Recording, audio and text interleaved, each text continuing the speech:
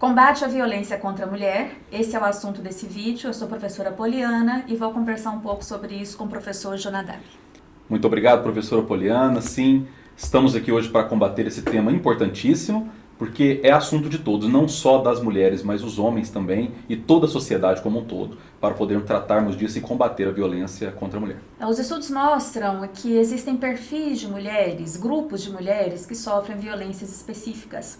Então nós temos a mulher criança, a mulher adulta e a mulher idosa. Né, professor? Como é que se dá essa violência de acordo com cada perfil dessa mulher? Os perfis mudam, né?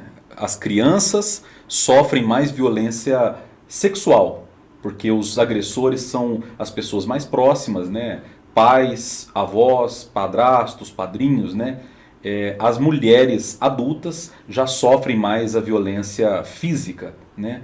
E as idosas, a violência patrimonial é o mais comum. De acordo com cada tipo de agressão, tendo em vista aí essas características, esses grupos de mulheres, o direito penal traz punições, traz tipificação para essas condutas e traz também as punições. Como é que o direito penal tipifica isso, professor? Como é que são essas punições?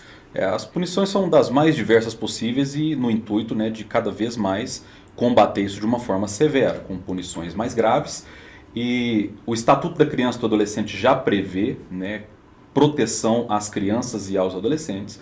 A Lei Maria da Penha, que é um divisor de águas, né, no combate à violência contra a mulher, e também o Estatuto do Idoso. Ele também há tipificações nele, fora as legislações extravagantes, que alteraram o Código Penal, o Código de Processo Penal e outros tipos de lei também que prevêem punições para os agressores. Agora, a gente discute muito também em sociedade a eficácia prática dessas punições, a aplicação prática dessas legislações, né? Como é que tem sido isso, professor, do ponto de vista da estatística? Isso tem surtido resultado? Com toda certeza, com a vinda da Lei Maria da Penha, a sensação é que aumentaram os casos, mas na verdade a lei, com todos os seus acolhimentos à mulher, ele na verdade encorajou as mulheres a denunciarem mais. Então o número de denúncias aumentaram muito. E com isso o índice da violência ele tem diminuído. Por mais que nós vemos números aumentando, mas punições também estão aumentando, proporcionalmente. A única dificuldade que nós encontramos hoje, a principal, né, para não dizer única, é o comportamento da vítima ao denunciar e a seguir com o processo. É diferente o comportamento de uma vítima, por exemplo, de um crime de roubo. Ela chega numa audiência com sangue nos olhos e ela quer que o agressor, que aquela pessoa que a roubou, seja punido a qualquer custo. Mas a mulher que chega num processo penal de violência doméstica, ela já chega com uma sensação de culpa, como se o processo estivesse acontecendo por culpa dela. E isso vem de vários fatores, desde a formação, né, a cultura da sociedade machista, o relacionamento abusivo, e o final de tudo é que ela se sente responsável por toda a situação. Nós poderíamos dizer, professor, que essa situação aí desse sentimento de culpa, essa fragilidade psicológica, ela poderia ser resolvida ou ao menos amenizada com um suporte maior oferecido pelo Estado em termos de profissionais da psicologia, da psiquiatria, assistência social. De repente a gente poderia pensar em investir, né, o Estado investir nesse tipo de suporte para as vítimas.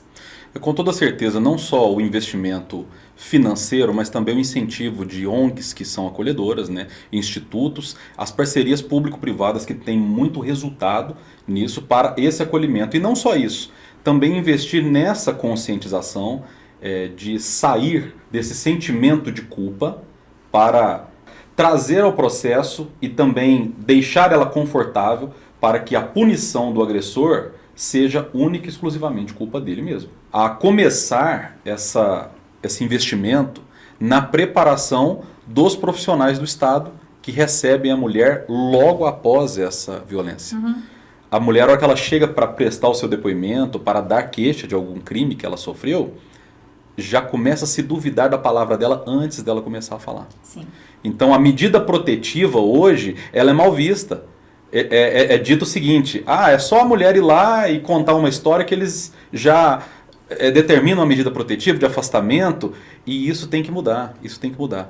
Isso não é direito dela, essa proteção ela é absolutamente necessária. Já tem essa ideia pré-concebida de que basta a mulher ir até uma delegacia e contar qualquer história que ela vai conseguir algum tipo de punição para aquele que ela está acusando, e na verdade não é assim que funciona, nem na prática e nem na teoria. Então precisamos nos livrar desses preconceitos. Outro ponto, em relação à situação daquela vítima que ainda não se viu na condição de abusada, não percebeu que ela está num relacionamento abusivo, porque dependendo do grau de fragilidade emocional, talvez ela não esteja percebendo o que poderia ser feito pela sociedade, pelo poder público, para alertá-la, para conscientizá-la nesse sentido. Inicialmente, jamais, em hipótese alguma, esconder esse problema de ninguém, das pessoas de mais confiança, né? Ter essa opinião alheia, porque o ciclo da violência, o agressor ele não conquista a mulher batendo nela. Começa com aquela conquista, com aquela paquera, aquele namoro, aquela paixão primeiro. Depois começa-se agressões, né, que passa para esse segundo passo do ciclo. Começa-se agressões, depois volta aquela lua de mel, um arrependimento, começa a se colocar culpa em fatores externos, como bebida, como droga, como ansiedade. E às vezes chega num ponto dele conseguir convencer a própria mulher que ela mereceu, que tudo aquilo que ela está sofrendo é culpa dela. Então, ela acaba se distanciando até das pessoas que ela ama, pessoas que poderiam ser um apoio para ela contar e se livrar disso, ela acaba se distanciando e ficando isolada. Jamais fazer isso, contar com essa rede de apoio. Sim.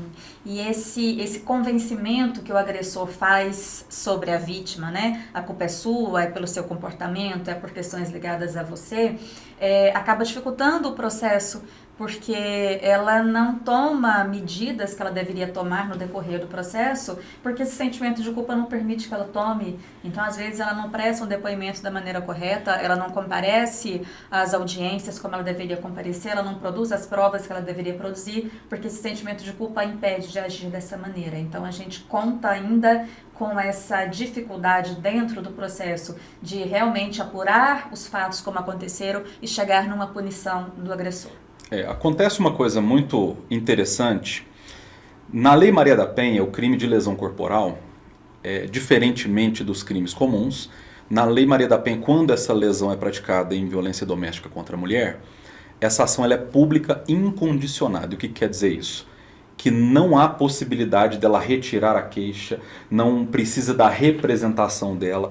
O Estado, através do Ministério Público, pode processar assim que tiver a notícia. Só que a dificuldade que se encontra é que na audiência ela desmente, ela desfala por esses diversos fatores, querendo ali salvar um relacionamento falido onde ela está sendo a principal vítima. Todo o fim disso, a gente sabe que vai culminar no feminicídio em grande parte das vezes. Sim. É importante a gente falar também sobre a estrutura que o poder público oferece para receber essa mulher que é vítima de violência. Nós temos em Goiânia, por exemplo, o ADEAM, né, professor? E fala um pouco para nós sobre como é que é o atendimento a essa mulher dentro dessa delegacia. É muito importante esses órgãos que foram criados, né, as delegacias especializadas, principalmente para acolher essas mulheres e ter lá uma delegada mulher, né, para fazer esse primeiro atendimento, né, até trabalhar lá mais mulheres para a vítima se sentir mais acolhida. Ela chega em um lugar para ela já ser ali compreendida de uma melhor forma, até mesmo antes dela começar a falar. Então, para ela chegar, às vezes, no IML, ter mais mulheres para acolher, isso já é o primeiro passo, né? Porque ela chega nesse tipo de delegacia, ela já chega com medo, uma resistência muito grande, né? E reviver essa violência, ter que contar várias vezes, isso daí para ela... E tem a questão do constrangimento também, né? Então, sendo acolhida por uma mulher, ela se sente menos constrangida, né? Até porque a gente parte da premissa de que uma mulher vai compreender a situação da outra. Nisso, o Estado tem muito êxito em trazer mulheres, né, em aparelhar isso, só que claro que precisa melhorar muito ainda, principalmente na questão processual. As varas especializadas em violência contra a mulher nem sempre são promotoras, né, que vão a acolher, né, necessariamente não tem que ser, mas o suporte, o pós-denúncia, né? Hoje é feito por vários institutos, né? A mulher tem essa possibilidade de compartilhar a sua experiência e também solicitar ajuda, pedir ajuda, né? Isso é perfeitamente possível. E ela não só pode, como ela deve fazer isso, né? Esses institutos são criados e eles tiveram muito sucesso para trazer as mulheres para esse meio, para serem acolhidas, serem orientadas, ali serem esclarecidas sobre diversos pontos do que está acontecendo. Às vezes ela não está nem percebendo o quão violentada ela está sendo, e ali ela pode, além de compartilhar, também ter a proteção e também ter a certeza que amanhã esse agressor não vai sair, não vai voltar, não vai procurar, não vai cometer nenhuma retaliação, não vai se vingar, porque a violência que ela não está percebendo e está deixando, porque ali ela está tolerando, ela fatalmente vai culminar num feminicídio. A vingança do agressor, o medo da vingança do agressor é um ponto muito forte também que a gente precisa combater, né? Porque muitas vezes essa mulher deixa de noticiar aquela situação, ela deixa de procurar uma delegacia, ela deixa de conversar de repente com a família, porque ela tem esse receio de que esse agressor pratique uma agressão ainda maior contra ela ou contra filhos. E o que acontece? A gente percebe que estatisticamente isso realmente acontece, né? O agressor tem aquela ideia de que, olha, eu vou agir dessa maneira e se você tentar me impedir, eu vou te mostrar que não, eu vou te mostrar que eu posso agir dessa forma. Então, a gente precisa pensar em políticas de conscientização, mas até que essa conscientização aconteça, né, políticas que venham colocar barreiras aí nas atitudes desse agressor. Porque senão a mulher deixa de denunciar com esse receio, e é um receio que se justifica. É uma sensação que até a luta que nós estamos tendo hoje para que mude essa situação, essa situação se mude de vez, então até lá nós vamos ficar desamparadas, nós vamos ficar à mercê dessas mudanças, e não. Há soluções para se tomar hoje, né? Há medidas para se tomar hoje. A prevenção de criminalidade, ela se dá através de 3 formas. Mas também há 3 pilares para um crime acontecer. Tem que ter uma vítima propensa a ser a vítima de um crime, o agressor e a situação. Se um desses 3 pilares não existe, o cometimento desse crime ele cai para níveis irrisórios. Certo. Então, se a mulher ela começar a ter uma rede de contatos, né, quando ela já está se sentindo, ela procurar a ajuda psicológica, né, a terapia, ou até mesmo com familiares, ela procurar, quando vai sair de casa, a ter ali um contato, uma pessoa que está monitorando a sua localização, a pessoa que está conversando. A mulher entra no Uber, por exemplo, só dela mandar um áudio para alguém, ela já às vezes já barra ali um crime, um potencial crime que poderia acontecer, né, de saber que alguém está monitorando. Sim, ali o trajeto dela. Nós temos vários casos, né, estatísticos nesse sentido, da mulher que conseguiu se desvencilhar de um possível ataque de um motorista ali, porque ela tomou essa medida de ligar para alguém ou passar um áudio, né? E aí a pessoa já pensa, não, ela não está desamparada. Exatamente. Existem até áudios que não são de verdade, que colocam para tocar. Essas medidas são estratégias importantíssimas que, enquanto a situação não muda, elas vão conseguindo ali se manter seguras, né? Tudo que possa ser seguro, tratar de uma forma segura, então é o caminho para a mudança, porque quanto menor forem os índices, mais a luta vai avançar, ela vai ser eficaz. Exato. Uma das principais preocupações das mulheres é a punição do agressor. Não saber se vai ser punido, se aquilo que ela falar às vezes não tem uma prova robusta, se vai ser suficiente para processar e julgar, condenando, né, um agressor. E é por isso que muitas vezes ela se cala, porque ela pensa naquele percurso longo e árduo que ela vai ter que percorrer, e aí ela se pergunta, será que isso vai valer a pena? Será que eu vou realmente alcançar o meu objetivo, que é de me livrar, primeiro, se livrar da agressão, e segundo, ter aquele sentimento de justiça, o sentimento de que o agressor realmente foi punido. E aí, se ela não tem essa certeza, ela acaba se calando. Nos crimes de violência contra a mulher, né, que são aí no âmbito da Lei Maria da Penha, a palavra da mulher, ela tem força de prova, ela tem um peso maior do que nos crimes comuns. Por quê? Porque eles acontecem na clandestinidade. Então essa já é a primeira segurança que ela tem. Que um laudo de exame de corpo de delito com a narrativa dela, em grande parte dos casos, é suficiente para condenar alguém. Sim. Só que também chega-se no processo, o comportamento do agressor é que ele é dono daquela vítima. Ele chega e fala, eu não sei porque eu estou sendo processado, eu não matei, eu não roubei, eu só bati na minha mulher, eu só agredi a minha mulher. Então, até a sensação dele, ele convence ela que ela é dele e ele pode bater. E às vezes, essa mentira repetida várias vezes na mente dela se torna uma verdade. Então, buscar essa primeira ajuda com os diversos órgãos, institutos que nós temos, a Casa da Mulher e vários outros que possa orientar ela também a como fazer isso e buscar esse apoio. Às vezes, fornecer a ela um assistente de acusação, que é um advogado que vai acompanhar a vítima do começo até o fim do processo, buscando a condenação do acusado. Lembrando, professor, que essa condição de banalizar a violência, até de associar a violência como sendo algo ligado ao amor, à educação, vem da infância, né? É quando o pai, que ele bate na filha, ele espanca a filha, ele está tentando corrigir ela de alguma forma, quando ela adulta, ela vai entender que o marido agressor, ele na verdade ama, ele na verdade está tentando educar. Então essa cultura ela não é só brasileira. Toda essa cultura da mulher que se sente merecedora de toda e qualquer agressão, ela é mundial, ela não é só brasileira. Sim. E a Lei Maria da Penha no Brasil, ela é vista internacionalmente como uma grande evolução desse combate à violência contra a mulher em âmbito internacional.